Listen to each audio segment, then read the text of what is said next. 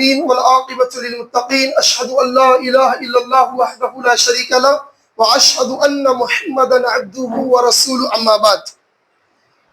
معزز حضرات، آج آپ کے سامنے پارہ نمبر 4 کی تلاوت کی گئی سورہ آل عمران، جس کی مضامین کی ترتیب سورۃ بقرہ کی طرح ہے۔ سورۃ البقرہ میں یہود سے خطاب تھا کہ تمہیں امامت عالم کا منصب عطا کیا گیا تھا، لیکن تم نے اس کا حق ادا نہیں کیا، اس لیے اب یہ منصب تم سے چھین کر محمد صلی اللہ علیہ وسلم کو دے دیا گیا۔ لہذا وہی معاملہ ہو بہو سورہ آل عمران کے اندر بھی کہ عیسائیوں کو بھی اسی بات کی تلقین کی گئی کہ دیکھو اب تم اس کا حق جو تم کو اللہ رب العالمین نے دیا تھا اس کا حق ادا نہیں کر رہے ہو، تو لہذا اب یہ حق اٹھا کر جناب محمد رسول اللہ صلی اللہ علیہ وسلم کو دے دیا گیا۔ لہذا سب سے بہترین امت اگر کسی کو قرار دیا گیا ہے تو وہ امت کون سی ہے؟ جناب محمد رسول اللہ صلی اللہ علیہ وسلم کے راستے پر چلنے والی امت سب سے بہترین امت ہے۔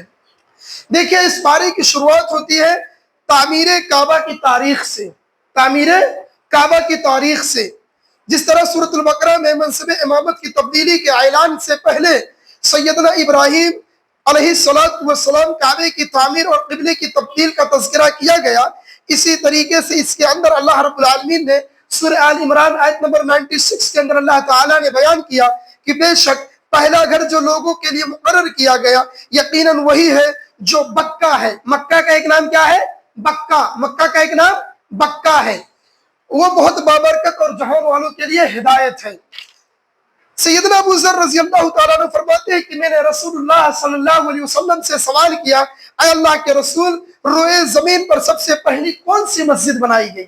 روئے زمین پر سب سے پہلی کون سی مسجد بنائی گئی؟ تو آپ صلی اللہ علیہ وسلم نے کہا، یا ابو ذر، اے ابو ذر، سب سے پہلی مسجد مسجد حرام بنائی گئی، سب سے پہلی مسجد مسجد حرام۔ پھر پوچھا سما، پھر کون سی؟ تو آپ نے فرمایا اس کے بعد مسجد اقصی بنائی گئی۔ تو ابو ذر نے پوچھا، یا رسول اللہ، دونوں کے درمیان فرق کتنا ہے، دونوں کے درمیان فاصلہ کتنا ہے؟ تو آپ صلی اللہ علیہ وسلم نے فرمایا 40 سال کا فاصلہ ہے۔ کتنے سال کا؟ 40 سال۔ مسجد اقصی اور مسجد حرم کے بنانے کے درمیان کتنا فاصلہ ہے؟ 40 سال کا فاصلہ ہے۔ سب سے پہلی کون سی مسجد بنائی گئی؟ مسجد الحرم، جسے خانہ کعبہ کہا جاتا ہے۔ اس کے بنانے والے کون تھے؟ حضرت ابراہیم علیہ السلام اور ان کے فرزند حضرت اسماعیل علیہ السلام۔ اس کے بعد اس کے اندر جو میں نے پیش کیا، یہ روایت آپ کو ڈھونڈنا ہے تو دیکھ سکتے ہیں، صحیح بخاری کے اندر حدیث نمبر 3366 کے اندر یہ حدیث موجود ہے۔ اللہ کے نبی صلی اللہ علیہ وسلم نے وضاحت کے ساتھ اس کو بیان کر دیا۔ دوسرا حکم اس میں یہ آیا ہے کہ تقوی اختیار کرو۔ دوسرا حکم جو آیا اس پارے کے اندر تقوی اختیار کرنے کے تعلق سے آیا ہے، لہذا تقوی اختیار کرو اور اللہ کی رسی کو مضبوطی سے تھام لو۔ اللہ رب العالمین نے سورہ آل عمران آیت نمبر 102 103 کے اندر اللہ تعالیٰ نے فرمایا، اے لوگو جو ایمان لائے ہو، اللہ سے ڈرو جس طریقے سے اللہ سے ڈرنے کا حق ہے، تم ہرگز نہ مرو مگر اس حال میں کہ تم مسلم ہو، اور سب لوگ مل کر اللہ رب العالمین کے رسی کو تھام لو، جدا جدا مت ہو، تفرقہ مت پیدا کرو، آپس میں اختلاف مت پیدا کرو، انتشار مت پیدا کرو، اللہ کا یہ فرمان ہے۔ لہذا جب تم اللہ کے رسی کو، اللہ کے رسی سے کیا مراد ہے؟ اللہ کے رسی سے مراد قرآن کریم ہے۔ لہذا اس میں دوسرا کیا بتایا گیا کہ اللہ رب العالمین کے حکم کی اتباع کرو، تقوی اختیار کرو، رب کی رسی کو مضبوطی سے تھام لو۔ تیسری چیز اس کے اندر بتائی گئی کہ پوری امت کو دراصل انسان کی فلاح و بہبود کے لیے یہی لوگ ہیں جن کے لیے بہت بڑا اللہ رب العالمین نے بیان کیا، فلاح بہبود کے لیے کھڑا کیا گیا۔ لہٰذا اب تمہیں چاہیے کہ سب لوگ اپنی اپنی استطاعت کے مطابق دعوت دین کا کام کریں، اپنی استطاعت کے مطابق دعوت دین کا کام کریں۔ دیکھیں اللہ رب العالمین نے سورہ آل عمران آیت نمبر 110 کے اندر اللہ نے فرمایا، تم سب سے بہتر امت ہو، تم سب سے بہتر امت چلے آئے ہو جو لوگوں کے لیے نکالی گئی ہو، جو لوگوں کے لیے نکالی گئی، تم صرف ہو نہیں، جو لوگوں کے لیے چنے گئے ہو۔ لہذا تم نیکی کا حکم دیتے ہو اور برائیوں سے منع کرتے ہو۔ تو اس پارے کے اندر امت محمدیہ کی خاصیت بیان کی گئی، وہ کیا کہ امت محمدیہ کے لوگ برائیوں سے روکتے ہیں اور بھلائی کے حکم دیتے ہیں۔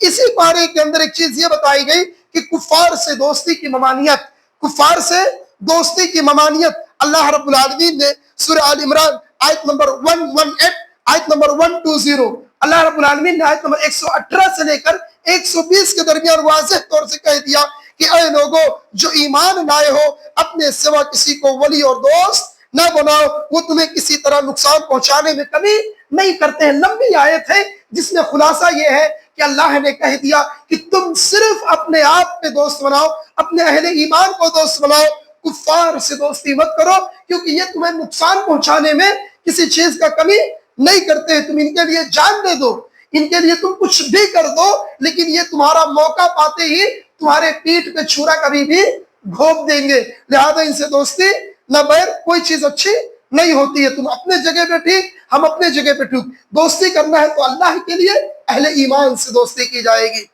اسی پارے کے اندر کفار سے جہاد کا بھی تذکرہ آیا ہے، اور اسی طریقے سے اسی پارے کے اندر اللہ رب العالمین نے جو کفار سے جہاد کا تذکرہ ہے، وہ جنگ احد، جنگ بدر، یہ سارے واقعات کا تذکرہ اللہ تعالیٰ نے اسی پارے کے اندر کیا ہے۔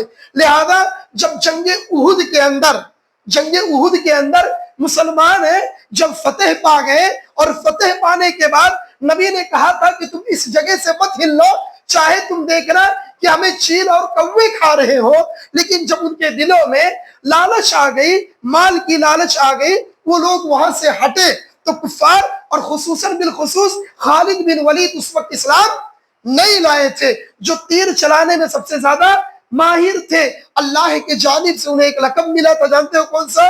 سیف اللہ، سیف اللہ، اللہ کی تلوار۔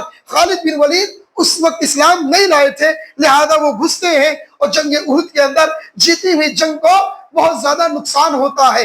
تب اسی پارے کے اندر جب مسلمانوں کو نقصان ہوتا ہے تو رب کریم اپنی محمد جناب محمد رسول اللہ صلی اللہ علیہ وسلم کو تسلی دیتے ہوئے اللہ رب العالمین کہتا ہے سورہ آل عمران آیت نمبر 139 139 کے اندر اللہ کہتا ہے وَلَا تَهِنُوا وَلَا تَحْزَنُوا وَأَنْتُمُ الْأَعْلَوْنَ إِن كُنتُم مُؤْمِنِينَ، اور نہ کمزور بنو نہ غم کرو، تم ہی غالب رہو گے اگر تم مومن ہو۔ تو پتہ کیا چلا؟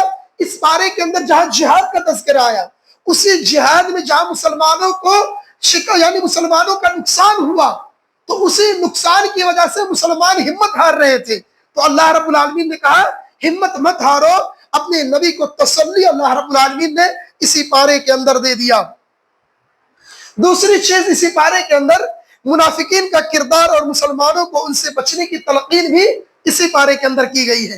جنگ احد میں پہلے مسلمانوں کی تعداد کافروں کے مقابلے میں بہت تھوڑی تھی، مزید جو لوگ اللہ کے نبی کے ساتھ مل گئے تھے ان لوگوں نے بھی کیا کیا؟ ان لوگوں نے بھی منافقت اختیار کر لی۔ جب احد پہاڑ کے پاس پہنچے کہ جنگ کے قریب پہنچنا ہے تو باقاعدہ ان لوگوں نے منافقت اختیار کر لیا، تو اللہ رب العالمین نے انہیں واضح طریقے سے سورہ آل عمران آیت نمبر 175 175 کے اندر اللہ تعالیٰ نے واضح طریقے سے کہہ دیا آیت نمبر 175 میں کہ یہ تو شیطان ہی ہے جو اپنے دوستوں سے ڈرتا ہے، تم سب مت ڈرو، مجھ سے ڈرو اگر تم مومن ہو۔ اللہ نے مسلمانوں کو کہا اے مسلمانوں کی جماعت، تم تھوڑی ہو نا، تم ان سے مت ڈرو، یہ تمہارے کچھ نہیں بگاڑ پائیں گے۔ تم کو ڈرنا ہے تو کس سے ڈرو؟ اللہ سے ڈرو۔ اللہ رب العالمین مسلمانوں کو فتح نصیب کرے گا، لہذا کب؟ جب مسلمانوں کے دلوں میں رب کا تقوی ہوگا، اللہ کا ڈر ہوگا، تو اللہ نے مسلمانوں کو کیا کہا کہ تم ان سے مت ڈرو۔ یہ جماعت کتنی زیادہ دکھائی دیتی ہے، ان سے تمہیں ڈرنے کی ضرورت نہیں ہے۔ لہذا اللہ رب العالمین نے اس کے بعد بھی مسلمانوں کو تسلی دیتے ہوئے سورہ آل عمران آیت نمبر 176 176 میں بھی اللہ تعالیٰ نے اسی چیز کا تذکرہ کیا کہ تم غمزدہ نہ ہو، جو کفر میں جلدی کرتے ہیں بے شک اللہ رب العالمین ہرگز کچھ نقصان نہیں پہنچائے گا۔ اللہ چاہتا ہے کہ آخرت میں ان کے لیے کوئی حصہ نہ رکھے اور ان کے لیے بڑا عذاب ہے۔ اللہ اکبر۔ منافقین کے لیے آخرت کے دن بہت بڑا عذاب اللہ نے تیار کر کے رکھا ہے، لہذا اللہ نے مسلمانوں کو تسلی دی کہ تمہیں غمزدہ ہونے کی ضرورت نہیں ہے۔ یہ ہوا کیا کہتے ہیں، یہ ہوا جہاد۔ جہاد کے بعد لڑائی